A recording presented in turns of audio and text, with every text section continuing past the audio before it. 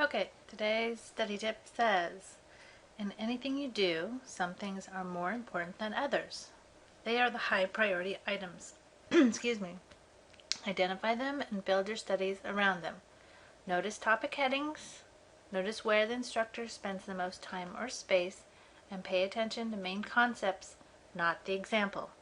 Okay, so I do spend a lot of time on certain topics, and that should be a clue to you as to what is very important. And we kind of do that, right? When we go through the study guide together, we talk about what would be the big items for the short answer questions. So start thinking like the teacher. I also need you, I do tell a lot of stories, right? I try to keep the class light. I try to make connections for you, but the test is not about the examples. Okay, so if you're tired of my stories, just work through it, because really it's not about the story, it's about the main concept, the physiology. Okay, and I'm hoping that you make connections, because that's how you remember things. So if my stories bore you and you don't think I'm interesting, then go find some more stories so that you can make these connections, because when they mean something to you, that's when you remember stuff, right? When something clicks with you, you're not going to forget it. Okay, let's see. Oh yeah, I wanted to do this again. We should practice this occasionally. How to study for the lab exam, right? So I had you do this in lab already. I want you to practice doing this for every lab that we do. Okay, so let's do the last lab that we did together, which was the blood pressure day.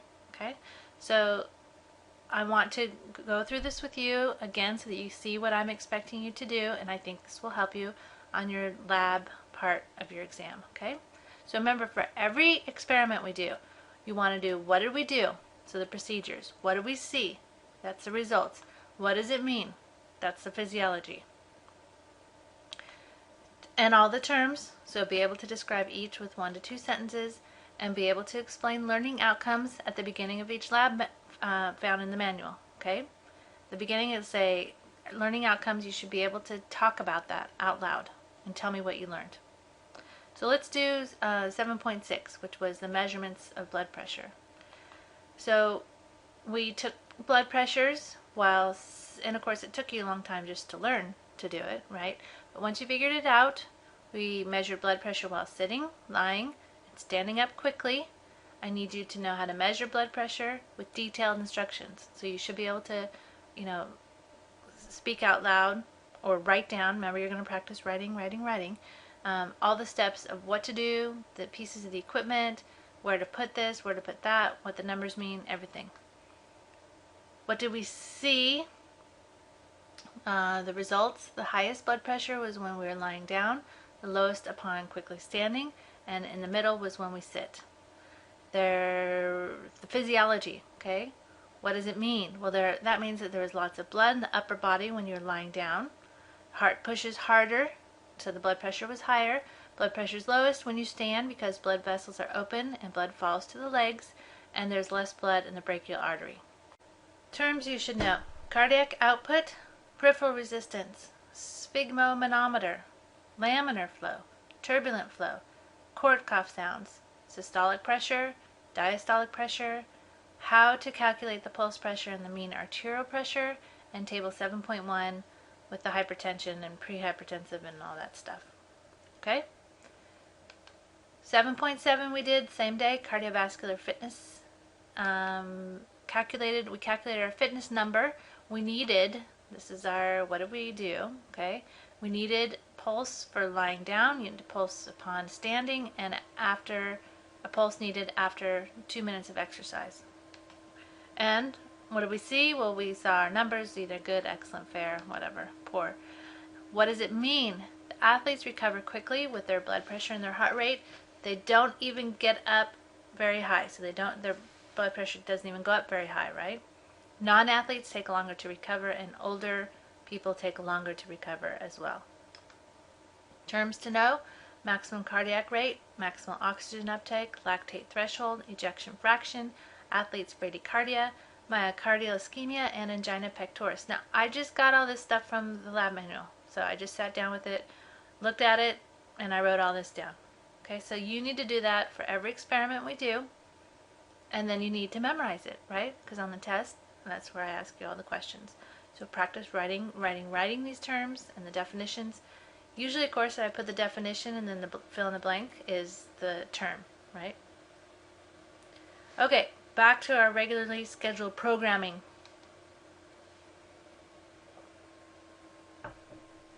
Chapter 18, Digestive System, Part 1. We're going to start with some of the functions of the digestive system. Number 1, motility. That means to move. Of course, you mix the food in your stomach and your small intestines. It moves it along through the digestive tract.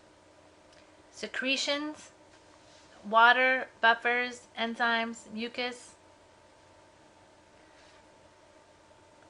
A lot of mucus made and secretions made, and I don't have the number here, but we'll talk about those numbers. And of course saliva, stuff like that. Digestion, which is actually the catabolism, right? The breaking down of foods into their smallest unit. This is usually done with hydrolysis. So remember chemistry, chapter 2, we talked about the word hydrolysis. So carbohydrates are broken down into their smallest piece, which is a monosaccharide. Proteins are broken down into amino acids. And fats are broken down into glycerol and free fatty acids. So this is the picture of your book, from your book, with the molecular structures. On the left we have the disaccharide, which is called maltose. And of course we have to chop this bond, so we need an enzyme that does that along with some water so that we can put a hydrogen over here and an OH over here, and now we actually have 2 glucose molecules. So we're as small as we're going to get, and this now is going to be absorbed into the bloodstream. So we have to get it to the smallest piece before we can absorb it for nutrients. This is a dipeptide over here on the left. Di means 2. Here's 1, here's 2.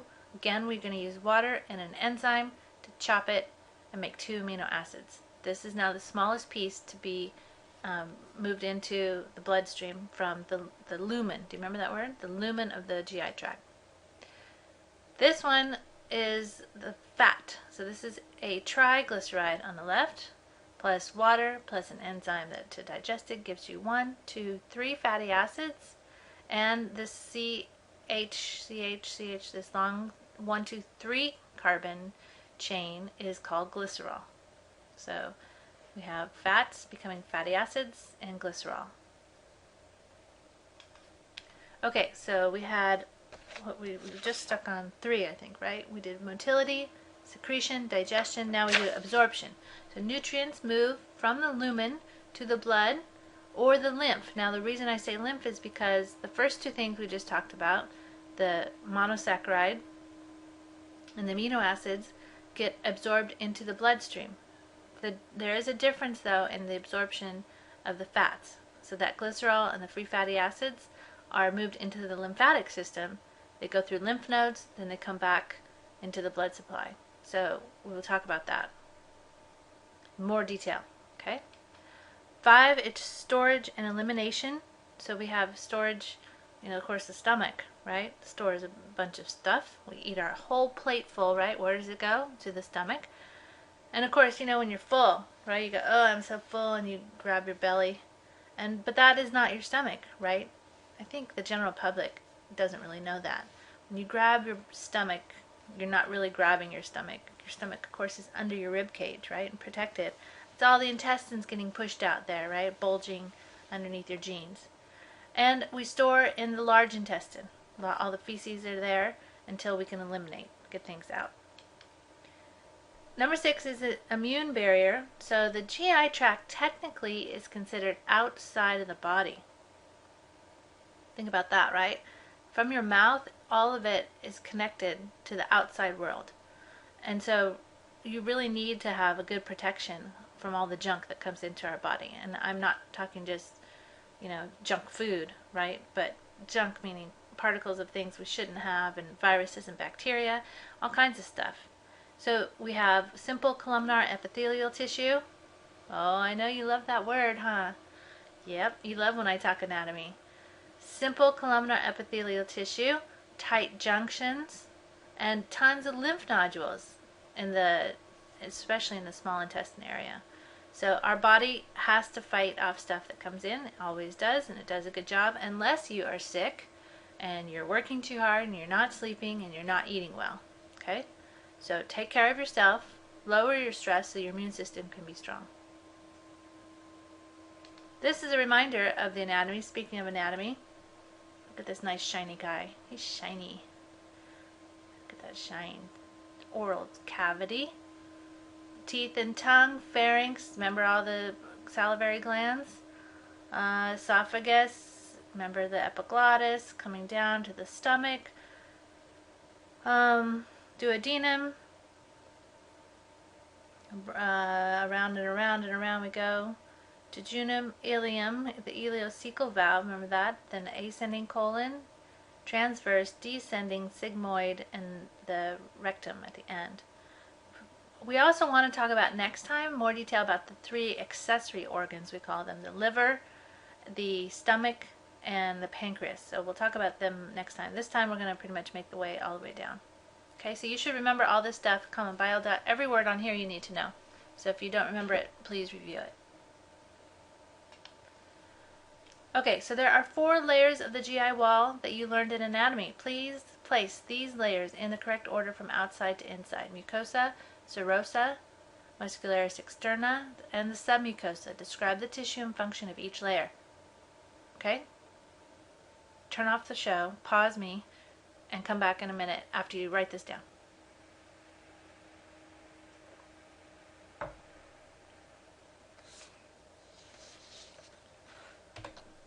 Okay, the layers from the inside, what did it say? From the inside out? No, outside in. The outermost layer, what layer is called the serosa? Name the tissue. It's connective tissue. Next layer is the muscularis externa. There's 2 layers, longitudinal and circular. When this longitudinal muscle contracts, what happens to this tube? This is the small intestine. This tube, when this muscle contracts, this tube shortens, right? It gets smaller. The distance from left to right here gets smaller. What happens when the circular muscle contracts? The tube gets, the diameter of the tube, right? The circle here gets smaller, right? So when this contracts and relaxes, this allows the process called peristalsis. Have you heard of this? It's this wave-like motion of moving things through, especially the esophagus. So when you drink something or eat something, it goes right down to your stomach really fast because of the peristalsis there. There's one exception to this. Name the organ of the GI tract that has an additional layer. So this says longitudinal, circular. There's one more layer, but only in one organ. What is it? What's the organ? The stomach, right? And what is the muscle layer? We have longitudinal, circular, and the third one for the stomach is called oblique, right? So there's so much contraction of the stomach to mush up that food and the fluid and the juices that we add another layer, oblique, which kind of goes at an angle. Next layer, so we have serosa, muscularis externa, then we have the submucosa, right? Submucosa has blood vessels. Oh, by the way, what was the tissue of the muscularis externa? Tissue, smooth muscle, right? This is smooth. Submucosa, what's in the submucosa? We have blood vessels, we have nerves, we have connective tissue holding it all together with the lymphatic vessels too. Okay, so blood, lymph, and nerves in the submucosal layer. And then the innermost layer, what's it called? Mucosa, name the tissue. We just said it earlier. Simple columnar epithelial tissue. Okay? Let's see what else was in here. I think that's it. These little folds here are called the plica. Do you remember this? The folds there. It's to increase the surface area. We'll talk about that in another minute. This is the picture your book gives for peristalsis. So imagine in the esophagus, we make a bolus of food, assuming you actually chew your food. Yes. I know a lot of people don't. They just inhale it. So it's important to chew your food several times so that the saliva can get there, make it slippery, and start digestion. And there's no rush, right? Eating is one of the best things in life, right? I mean, there's not much better than eating. So when you eat, enjoy your food, okay? Don't just inhale it in front of the TV. Have conversation, enjoy it. It'll be more nutritious for you if you do. Then, so we have this peristalsis wave here coming down to push the bolus of food into the stomach. Remember, there's a sphincter here, right? What's the name of the sphincter? Remember, sphincter is an area of circular smooth muscle, like a circle shape, that would close here. So we have to open it now. So here it's closed. Now it's opened. It's called the cardiac sphincter or the gastroesophageal sphincter. It has to open to allow the bolus to come in, and then it closes again so that the contents of the stomach don't come back up. Sometimes they do. Happens to me. Get food in my stomach, and after I eat dinner, if I bend over to start picking up kid toys or dog toys or whatever, it pushes on my stomach and it causes the stuff to come back up into the esophagus, which burns. What's that called? It's called heartburn, right? People think it's their heart, but it's not. It's the esophagus. And it's called gastric reflux. Okay, so there's a name for it. So I really should eat, relax, hang out. I should watch TV instead of picking up toys off the floor. These are the layers of the digestive tract shown in the small intestine. So let's review. Serosa, here's the muscularis externa. There are nerves that come here, by the way. The myenteric plexus, do you remember that? Telling these to contract when food is present. Here's the serosa layer with all the blood vessels coming out, nerves, and here's a lymph node. Very common to see these in the small intestine.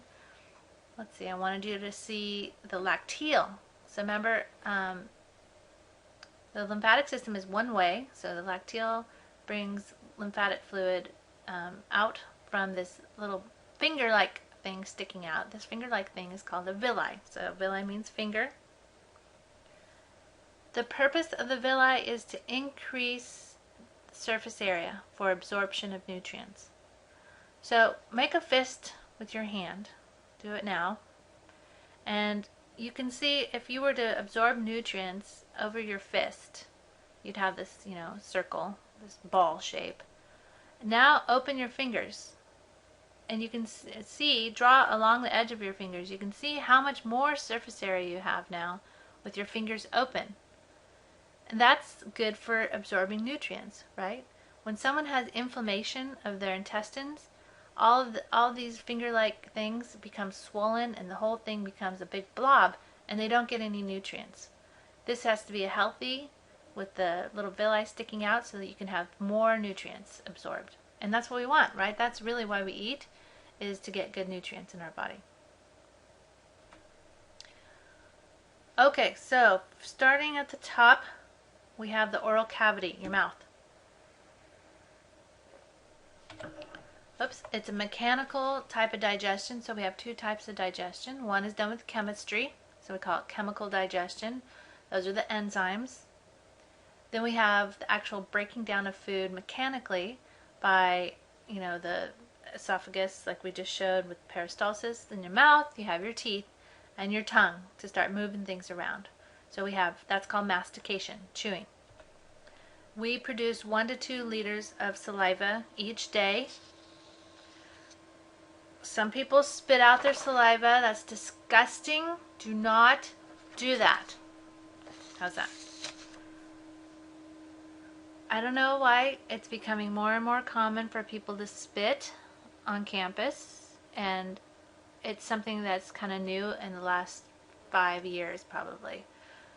10 years ago, 15 years ago, when I first got to Evergreen, nobody spit. People didn't do that. It was disgusting. This is how we spread disease, okay?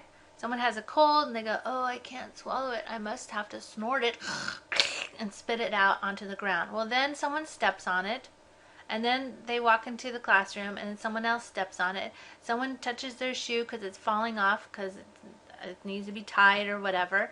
This is how disease is spread.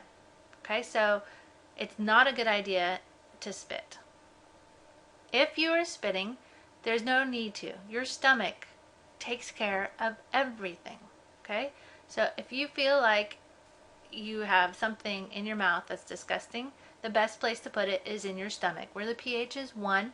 You have tons of things there to digest it. The body is made to swallow saliva. Okay, it's not made for spitting it out.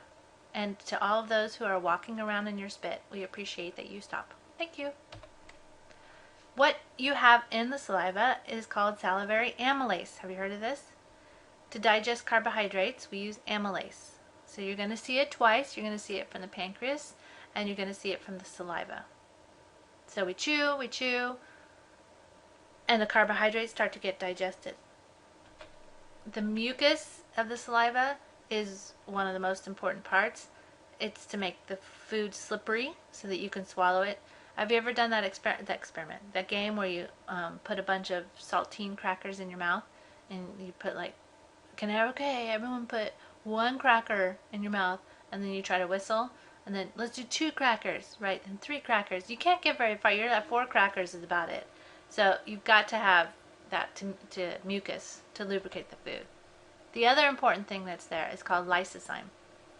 Lysozyme is an enzyme used to destroy bacteria and prevent dental cavities. What's the technical term for cavities? They're called caries, right? Dental caries are the cavities. The other thing happens when people breathe through their mouth a lot. They have a lot of congestion in their nose. They breathe through their mouth. We call them mouth breathers. They snore a lot at night. If they're breathing through their mouth, then their mouth is dry. And when the mouth is dry, they're more likely to have cavities because they're not getting that lysozyme all over their teeth like they're supposed to have. Okay, so mouth breathers have more cavities. There is no absorption in the mouth. Okay, so we do digestion with mechanical digestion, chemical digestion with amylase, and no absorption here. There are exceptions. There are drugs that people get a prescription for that can go under the tongue and let it dissolve, and it will go into the bloodstream. But like any normal food, there's no absorption there. Next is the pharynx and esophagus. This swallowing is called deglutition. Deglutition, say that. Deglutition or deglutition, either one's fine. You begin with a bolus of food, then there's swallowing as a reflex to push food into the esophagus. So the food goes in the back of your mouth, and it is like gone, right? There's nothing you can do. It's like a reflex, right? And it just goes right on down. Very helpful if you have a pet that needs to take medicine. Have you ever done that? Had to give your cat or dog medicine? You got to stick the pill way in the back of their throat and down it goes. Okay? The esophagus has the peristalsis to move food, the gastroesophageal sphincter to prevent acid reflux, and secretes mucus, right? To get down that tube, you pretty much need to have a lot of mucus for all your food. Some people have told me that they have heard that you're not supposed to have anything to drink with your food. And I do know some nutrition philosophies, like Ayurvedic medicine believes that is true, that you should be eating food that has plenty of fluids in it and not drinking water to do it. You know what? I think if I'm thirsty, I'm going to have a drink. So it's up to you. If you feel better not drinking and just eating food and then having a drink later, that's fine. But it really is important to have food move easily. And so either having juicy food or soup, that kind of stuff, or drinking water with your... No, I'm not going to tell you to drink soda. You know that, right? Because that's junk. Good water, warm water especially. Warm water is the best because then it's going to go to the stomach warm and ready to digest your food. Fun fact, every person has a unique tongue print. I didn't know that. By age 60, most people have lost half of their taste buds.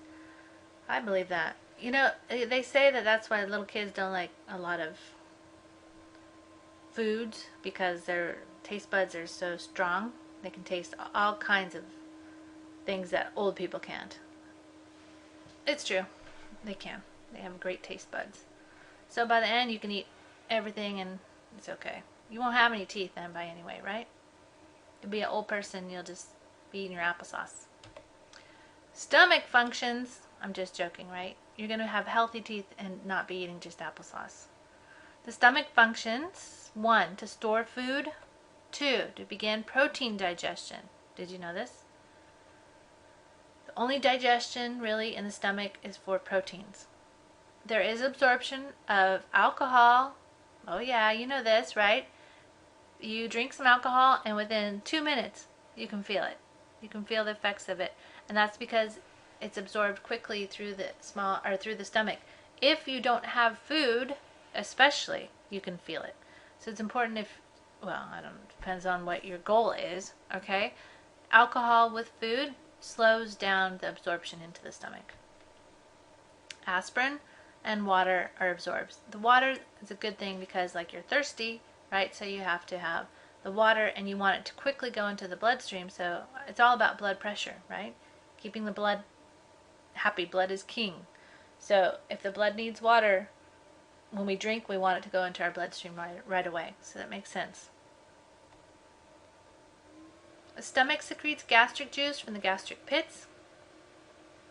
Gastric juice plus food makes a combination called chyme. There's a CH again, like chemistry. The CH is a K sound, say chyme. Here's the picture.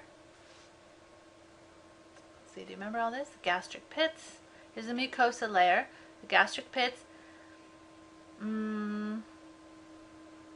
Submucosa. Chief cells you need to know. Parietal cells you need to know. The mucous neck cells, or mucus gland cells, whatever you learned to call it is fine. So let's go through each of these. The goblet cells secrete mucus. That protects the mucosa from self-digestion, pH of 1 or 2. So you can imagine those cells, those columnar epithelial cells would actually be digested if we didn't make a lot of mucus to protect it. We also have tight junctions of the epithelial cells so that things can't get through into the blood. So go back here to the picture, right? We're trying absorption is going from the lumen, which is the top of this picture, all the way through into the blood of the submucosa. Okay, so the blood supply of the submucosa is where we're trying to get our glucose or the amino acid or the free fatty acid. So we have to pass through all these layers to get there. This is excellent setup so that we have real control over what comes into our bloodstream. Parietal cells pump hydrogens into the lumen with a hydrogen potassium ATPase. Hydrogen comes out separate, then the Cl comes out separate. Together they make HCl. This is a very strong acid found in your stomach. Normally it would be toxic to you, but in your stomach it's happy. Chief cells secrete pepsinogen. Pepsinogen is an enzyme that is inactive. The ogen, whenever you see an ogen, it means inactive. So then we take pepsinogen and convert it into pepsin with the HCl that's around there, and that pepsin is an enzyme to digest the protein. Okay, so the proteins become denatured with the acidic environment, and they start to be digested. Chop, chop, chop. All those peptide bonds start to be chopped with pepsin. Pepsi is not related to pepsin. Just so you know, I think Pepsi used to be like Coca-Cola and had cocaine in it, and it made you peppy. Yeah, oh, you're high on cocaine. Okay, so they call it Pepsi, but this pepsin is not related to that. I have heard people tell me that their moms marinate their meat with Pepsi. It is very acidic, and my husband makes a recipe. I eat vegetarian, but my husband makes a recipe for my kids with pork and root beer. I make pulled pork sandwiches. Oh my, I can't talk too much about it. Yuck. Anyway, that acidity of soda has a pH of like 5, okay, which is another reason why you shouldn't drink it. Helps to digest the proteins and make it more tender. That's true. And the sugar, of course, is what my kids like about it, right? Well, the sugar makes it kind of sweet. Moving on, we also have, not in the picture, but we also have ECL cells which secrete histamines. Let's review. What do histamines do to blood flow? Increase. Perfect. So after you eat, you want more blood flow, right, to your stomach. So you have the ECL cells secrete histamine.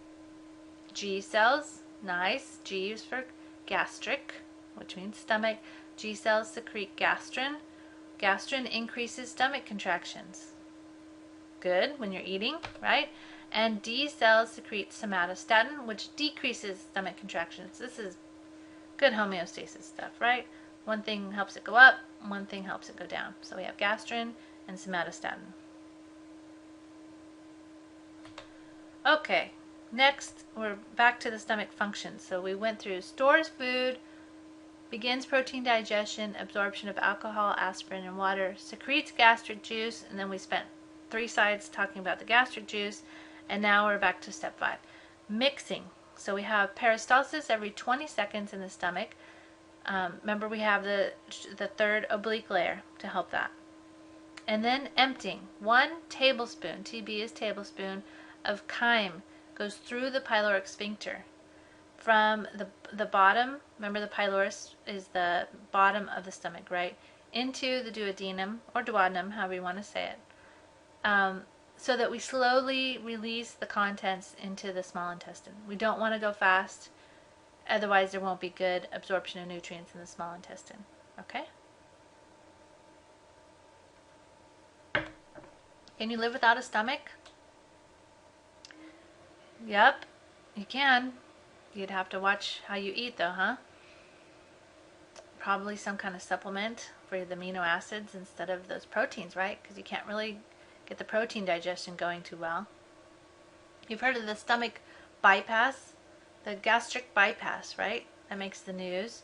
People have their stomach like made smaller, or like this rubber band put around it so that they can't eat as much and so that they lose a bunch of weight. Some people are happy with it. I actually have a friend who did it. She looks great. She has to watch what she eats though, definitely. She has a stomach, right? But it's not, it doesn't get as big. The disease is a gastric ulcer, is a wound in the stomach caused by high acidity and bacteria. I've heard of that. And there are other types of ulcers, like when a person is in bed a lot, they get ulcers usually where their bones touch the bed from rubbing. So those are ulcers. It's a wound. There are small intestine duodenal ulcers. So there's ulcers. Ulcer is a wound and bleeding parts of the body. But this question is about the gastric ulcer. Your friend at work, Wanjiku, says she is so stressed out she thinks she has a stomach ulcer. She went to the doctor and came back with 2 medications. She asked the doctor to describe the medications, but didn't understand the technical terms used by the doctor. Instead, she knows that you are taking a physiology course and asks you to describe an ulcer and why she should be taking those 2 medications. First medication is to prevent hyperacidity in the stomach. It is called Tagamet. Although you are not sure, tell Wanjiku how you think Tagamet works.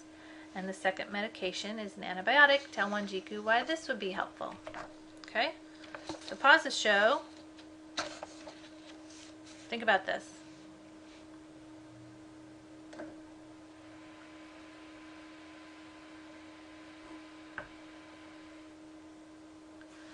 Okay, so what are the 2 ways of, back here, a wound in the stomach caused by high acidity and bacteria. Okay, so she's got Tagamet. How do you think Tagamet works? To prevent the hyperacidity. So this is not Tums. Tums or Rolaids, do you know how those work? They prevent hyperacidity, but they actually neutralize acidity. So they don't really prevent it, like they don't stop it. When the body produces the acid, if we take the Tums or Rolaids, it's like adding a base. And so in fact, when I have too much acidity in my stomach, I just go right to the kitchen, and what do I find in the shelf with all the flour and the sugar? I find the baking soda, which is a base. take a spoonful of it, I put it in some water, stir it up, let it dissolve. I plug my nose and I swallow it. And it tastes terrible, but it feels really good. Okay? It's a base added to an acid to neutralize. By the way, I'm not helping my stomach do any good digestion by doing that, right? When I do that, it makes me feel better because it's getting rid of the acidity. But really, the acidity is good for digestion. Tagament prevents the HCl from being released. So do you remember we just talked about that? The H and the Cl. Let me find the notes here so I don't have to go back. The parietal cells pump hydrogens into the lumen, and then the Cl minus follows. Okay, so tagament works by preventing those pumps from pumping hydrogens. And it works. A lot of people like it. It used to be a prescription only. I think it might be over the counter now. Do you know? The second medication is an antibiotic. Tell me about that. Who's taking microbiology? Do you know this one? It's called Helicobacter pylori. Yeah, Helicobacter or H. pylori. Pylori, get it? Pylorus, that's the part of the stomach. So, if someone has a lot of antibiotic, or a lot of the bacteria, the antibiotic can be helpful. These are just Band-Aids. And you know, I've talked about this before. Medication is just a Band-Aid. And it's nice to have, but it's not how you're going to fix the problem. She just, what's her problem? It says at the beginning, she's so stressed out. Okay, so an ulcer is usually due to some imbalance, right, that someone has going on in their body. Okay, so an ulcer can be cured naturally, but to get rid of the pain, and of course, an ulcer can be very serious. It can lead to, death. And I did see an autopsy one time with the students where an older man was in there.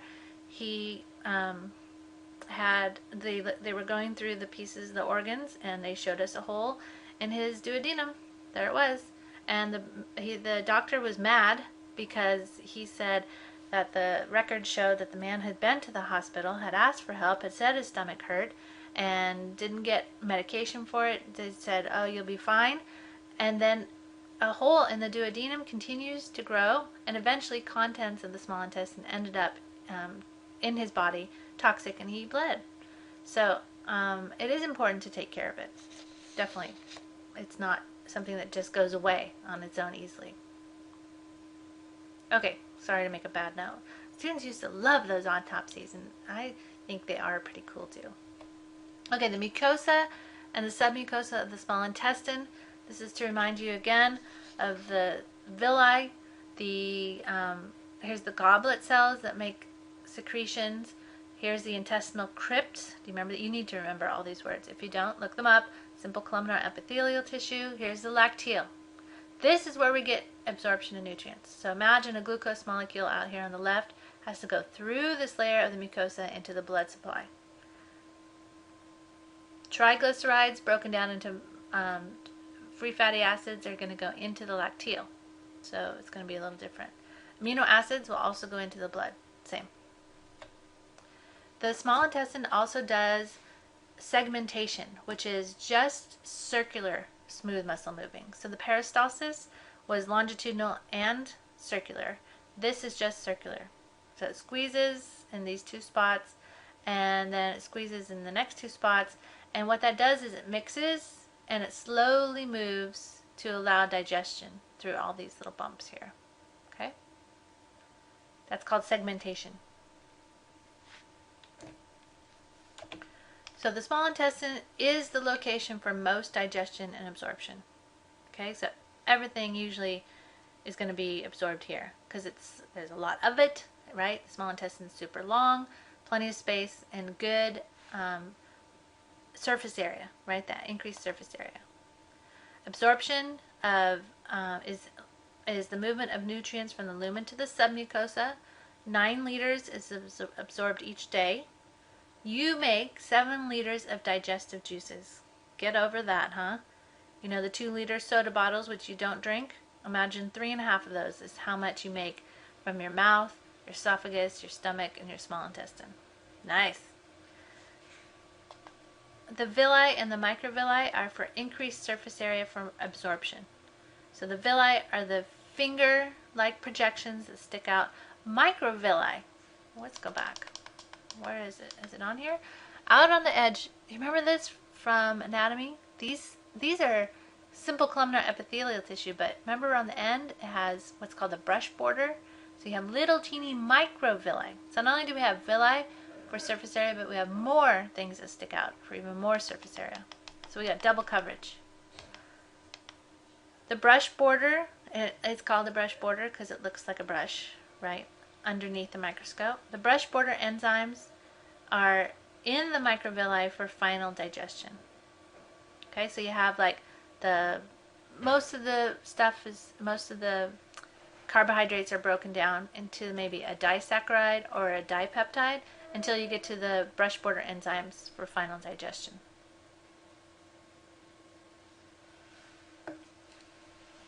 Okay, oh, this is fun. This is a picture one of my students gave me of their dissection of intestines at the cadaver, with the cadaver at City College.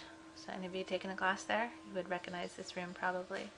I would say that the intestines have a lot of area for absorption of nutrients. Okay, here's the second group question. Okay, it says Michael went backpacking for the weekend with his friends. Since they were in the pristine wilderness, they felt safe drinking the fresh water from the flowing mountain streams. 2 weeks later, he went to the doctor with symptoms of diarrhea, abdominal pain, cramps, and was diagnosed with giardiasis. Well, this is micro. How do you think Michael became infected with the protozoan Giardia intestinalis? And if Giardia colonizes in the duodenum and jejunum, what important processes is it inhibiting? And how should backpackers purify their water sources? Okay, so take a look at this and I'll be right back. Okay, so they drank the water. What they didn't know is that 2 miles up the hill, there's a farmer with his cattle just grazing, drinking the water, and pooping in the water. Okay, so he got Giardia. I don't know if you've ever heard of this, but it's hard to get rid of Giardia. It's a protozoan. It's people get all these symptoms. They get dehydrated, of course, with diarrhea and cramps and all that stuff. It's nasty. So what is it in, it says, how do you think Michael became infected? Yes, he drank the water.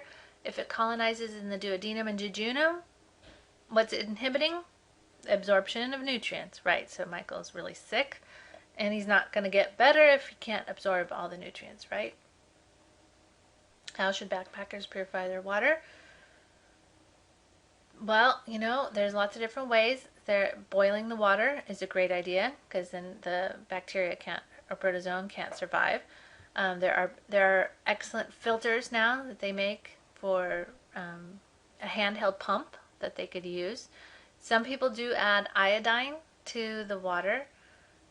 I don't really recommend that one so much. And don't ask me how I know. My past life, I used to backpack, whatever, just to impress my husband, I think, right? No, I don't even have a backpack. You see me, I roll around my backpack now. Backpackers now carry all these fancy devices, and then you can probably test it. Everything's on a computer now. There's probably some little water tester that they have. So if you've got any tips for a backpacker purification of water, you probably have backpacked more recently than I have. We'll talk about it on our Moodle, okay? Poor Michael. Last part is the large intestine. So let's remember the ileum comes in. We have the ileocecal valve to allow contents to come in to the cecum. Here's your little appendix. That is for lymphatic purposes. Then we have going up into the ascending, transverse, descending sigmoid colon. Remember these little pieces here of the large intestine are called haustra, or one haustrum. What else do I want you to know here? Let's see. What is the large intestine for? Mostly storage and some absorption. There is motility by haustral contractions every 30 minutes. There is absorption of salt and water. That makes sense, right? Where there's salt, water follows. So salt is absorbed and then the water is absorbed so that the contents now become feces. There is a reflex that we have called the defecation reflex, which so when it gets full, right, the rectum is full, then we have a urge to go to the bathroom, the involuntary internal sphincter and a voluntary external sphincter. We will see these again when we do the urinary system, right? So the internal, external sphincters, we can control which one? The external, right? So the involuntary opens on its own for the defecation reflex, but we say no, we're busy now, we can't go to the bathroom. So the voluntary one is the one we can control with skeletal muscle. Okay, skeletal muscle. Involuntary is smooth muscle. So toddlers, 2-year-olds, 1-year-olds, babies, they can't control which one? They can't control the voluntary external sphincter. They do not have the myelin on their neurons coming from their brain to tell it to be controlled. Okay, it's pretty much just basic biology. They can be trained. There's this method I've heard called elimination communication. Well, I don't know. You put babies on toilets when they're just born, really young, and so it's really a lot of work, I've heard, but worth it. Apparently, babies can be trained really young then. As soon as they can walk, they could use the bathroom. Wouldn't that be nice? Yeah? With triplets, that would have been very nice. Let me tell you, I changed a lot of diapers. The other thing about the stomach, the large intestine, is we need fiber to stimulate mucus secretions so that things move smoothly through our body. Okay? Fiber means salad. Okay? Vegetables, fruits, apple. If you don't go to the bathroom once a day, you are constipated. Okay? In case you don't know people don't talk about going to the bathroom very often. Okay? But let me say, you should be going to the bathroom once a day, and if you don't, come and talk to me and we will talk about some foods that you can eat. Okay? It's not that hard. Salad for lunch every day will keep things moving. Easy. Commensal bacteria are in the large intestine. These digest some cellulose. They make short-chain fatty acids. They synthesize vitamins like vitamin K and B complex. What foods can you eat that will give you good gut bacteria? Do you know? What would you eat to get good bacteria in your body? Like yogurt, right? You've heard of this, right? Oh, this is a big thing on TV now, right? Eat this, yogurt to get all kinds of bacteria. It's true. Okay? It is true. As long as there's not like a kabillion grams of sugar in it. Most of the yogurt that I see at the store has so much sugar I don't even buy it for my kids. But it is fermented, right? Has this bacteria growing. What other foods are fermented? Do you know? What else do we make? Pickles. Do you like sauerkraut? No? Kimchi? How about kimchi? So that's made with cabbage that's fermented. Kefir. Have you ever had that? It's a drink. Kefir. It's like a yogurt. Drinking more for drinking than it is eating with a spoon. You wouldn't eat it with a spoon. With kefir goes kombucha. Have you ever heard of kombucha? Think of some other things and we'll talk about it. The reason the cow is here, by the way, is it has the ability to digest cellulose because it has bacteria that live in. Remember, it has 4 stomachs and has all this bacteria. You can break down some cellulose, but not much. Most of your cellulose is fiber. So like when you eat celery, it's full of fiber. It doesn't really give you much nutritional value. Can't really use that cellulose. There are some stories here. Let's see. Beans, that's one. Fiber in beans, right? You like black beans, pinto beans? What do you like? Those are so good for you, but the bacteria break it down and cause you to have, like a cow, some methane gas released, okay? So your neighbors would appreciate if you didn't eat a lot of a lot of pinto beans before class, okay? Because it will make you have gas. That's why the cows make a lot of methane gas. I don't know if you've heard this, but cows make a lot of methane gas as a waste product from the bacteria that are in their bodies to digest the cellulose. Okay, I'm going to go have some yogurt now. We are done. Thank you.